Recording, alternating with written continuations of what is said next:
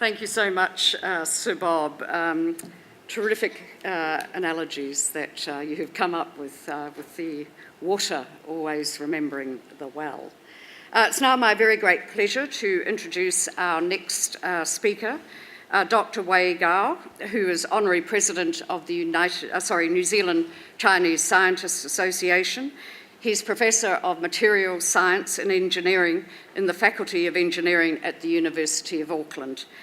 He received his doctorate in philosophy from Oxford University and worked at MIT for several years before coming to New Zealand. Welcome.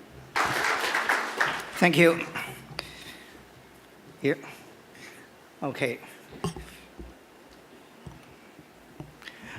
Distinguished guests, ladies and gentlemen, good morning.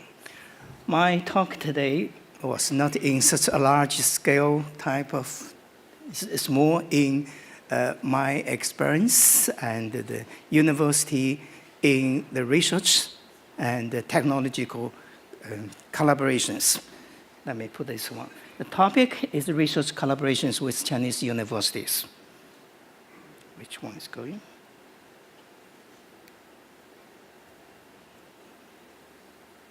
Can somebody tell me? Oh, okay. So I will very briefly introduce Auckland University and the introduction to the New Zealand Chinese Scientists Association, and introduce a few examples of applied research, and also want to give some of my idea in the collaboration with Chinese universities and industries. Auckland University founded in 1883, I guess all the New Zealand people know, and we have more than 30,000 students. And it's a comprehensive university, but pay attention to the research. And also it's very much international.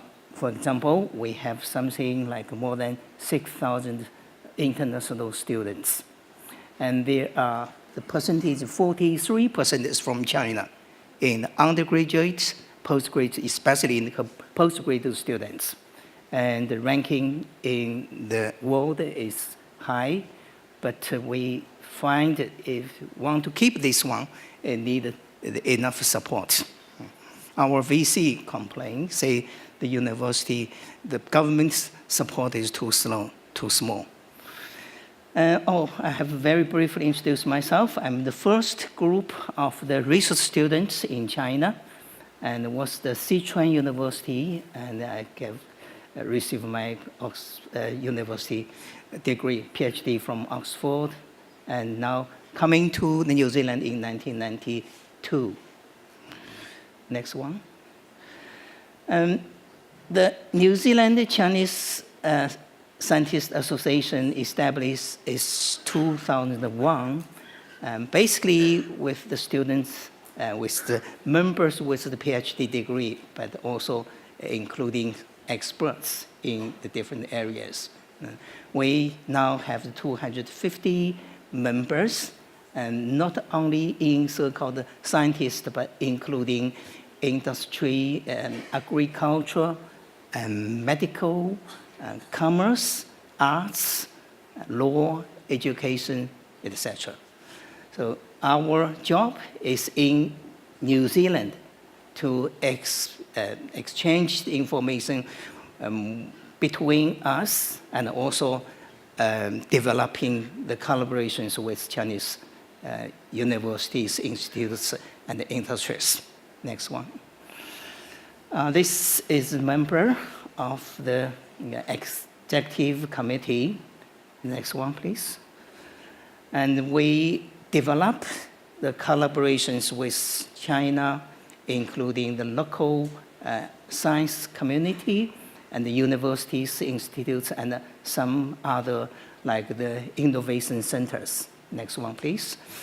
And we organize lots of activities, including receive the guests and delegations from China, and sign the agreement, do some joint project, and also we organize the delegation to visit China in several times. Next one, please. This is the inside activities we are organized. And for example, we have the Young Scientist Award for the young Chinese student, Chinese academic staff and researchers to have good development. Next one, please. This is including we visited China, and then 2013 we had a big group visit several cities in China. Next one, please. Next one, please. Yeah. There are several examples of our members. Dr. Lu Guoliang, he is the medical chemistry expert. Next one, please.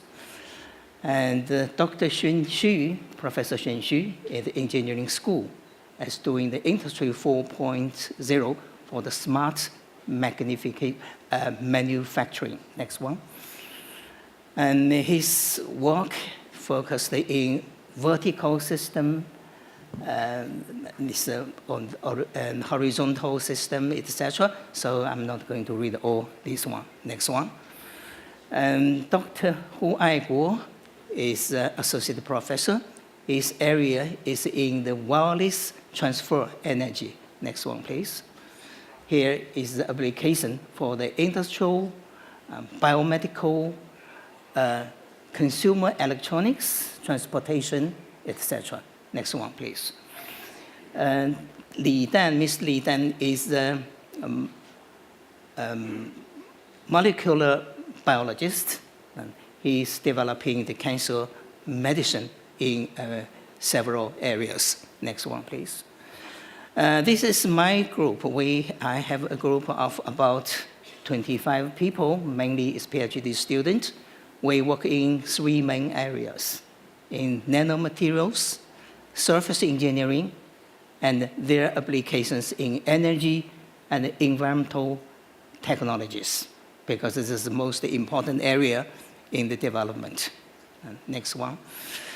And 2 examples we gave here, several slides. For example, we develop a nano composites to put a small, very small particle, like nano size, into the coatings. Then you can improve their wear resistance and also corrosion resistance. Next one. And we grow those nanomaterials like this way, like the top is this one is the nanostructure zinc oxide. Then we deposit some other stuff like titanium oxide on the top, make the core brush structure. Next one. And we use the different way to grow so-called tree structures. There's again the zinc oxide, start with different pH to get the different type of shape. Next one. And we also using the zinc oxide and titanium oxide to make the different type of surface properties like wet or non-wet structures. Next one. And using the black titanium, they call it the black here, and then they can absorb large amount of solar energy. The traditional titanium oxide can only get the, we say the UV, and solar energy, only 5% is UV. The most of them is visible light and also infrared. So we make the black one, they can absorb all the spectrum of energy. Next one, please. And the University of Auckland pay attention to the international collaboration. So this is 2004.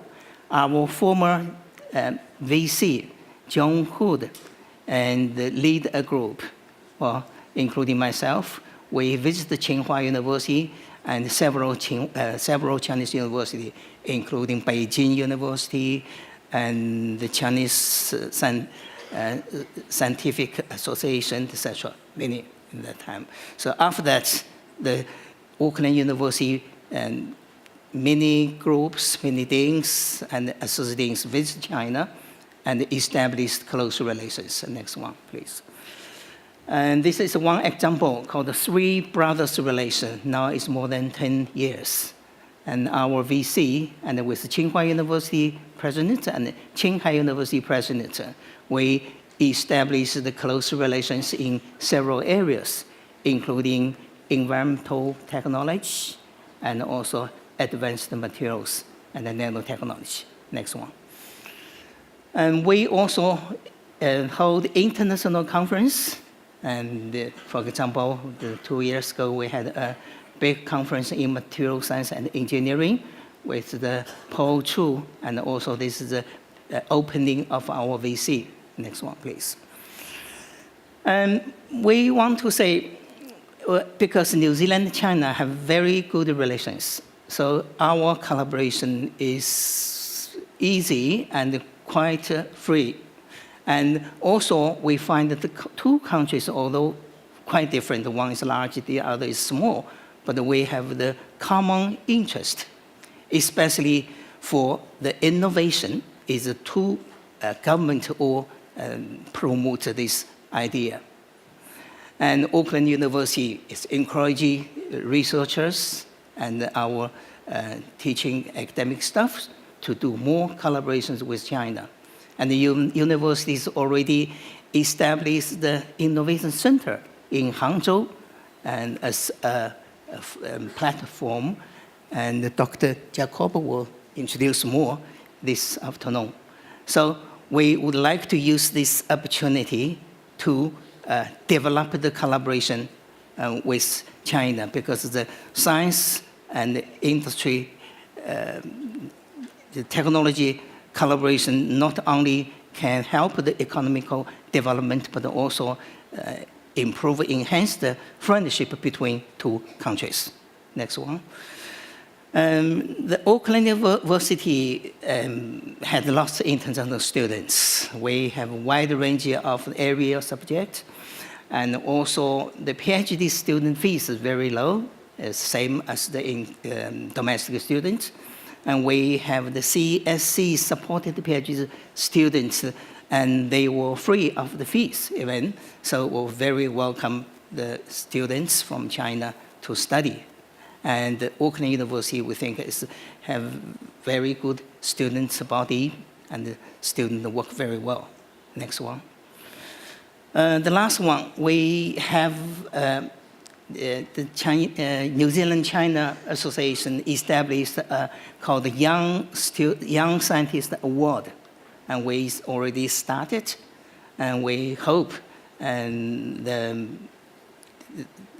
the people and the government and also the companies from New Zealand and China can support us. Thank you very much.